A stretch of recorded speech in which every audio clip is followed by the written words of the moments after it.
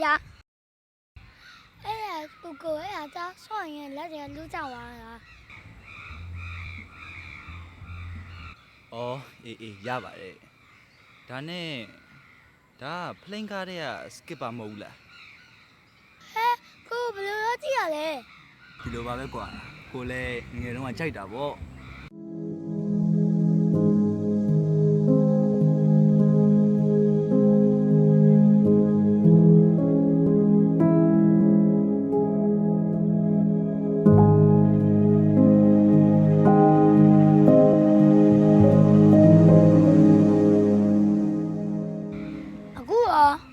အခုလား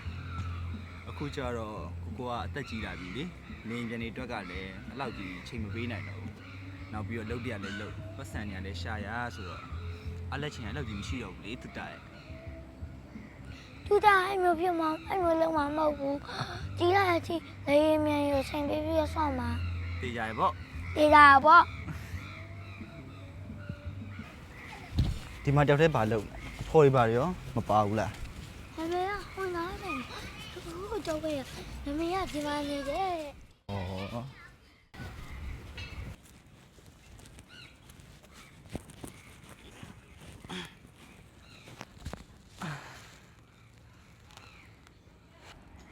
တယောက်တည်းပြောစီနေဘာဒီသဘောကျနေ ဒီညဒါစင်းရပြမွေးနေလေ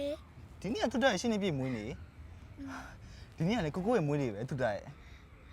ကိုရဲ့မမေကိုဘာပူစားတာလဲဒါမမေကိုလိမ်မြန်ပူစားပြီးသွားပြီ ကိုကသူတလို့တခုခုလိုချင်တာပေါ့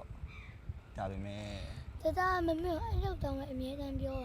မမေကမကြည့်ရအောင်မဆောင်ဘူး သူကတိပါတယ်မမေတွေကအမြဲတမ်းအဲ့လိုပဲ ကိုမမေရော ကိုမမေကဒီကဘာမှမရှိတော့ဘူးလေ ဘယ်တော့မှလဲ ကိုမမေကကိုငယ်ငယ်လေးတည်းကဆုံးသွားပြီသူတရဲ့ဘာမှမဖြစ်ပါနဲ့သူတရဲ့သူကကိုဘွားအတွက်အရေးပါဆုံးလူတစ်ယောက်ပေါ့သူတမမေကိုအမြဲတမ်းစောင့်ရှောက်ရမယ်နော်မမေနေမကောင်းဆိုလည်းအမြဲတမ်းဘေးနားမှာရှိပေးရမယ် ဟုတ်ဒါနားထောက်ပါမယ်ဒါပေမဲ့ကိုရဲ့နမေက ကိုနာမည်က တူတာရေမမေရောက်ပြီ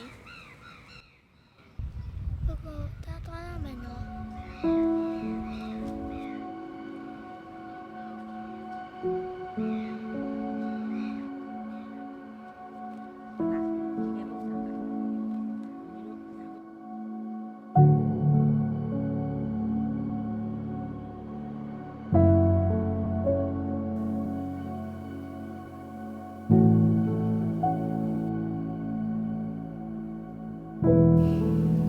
တာ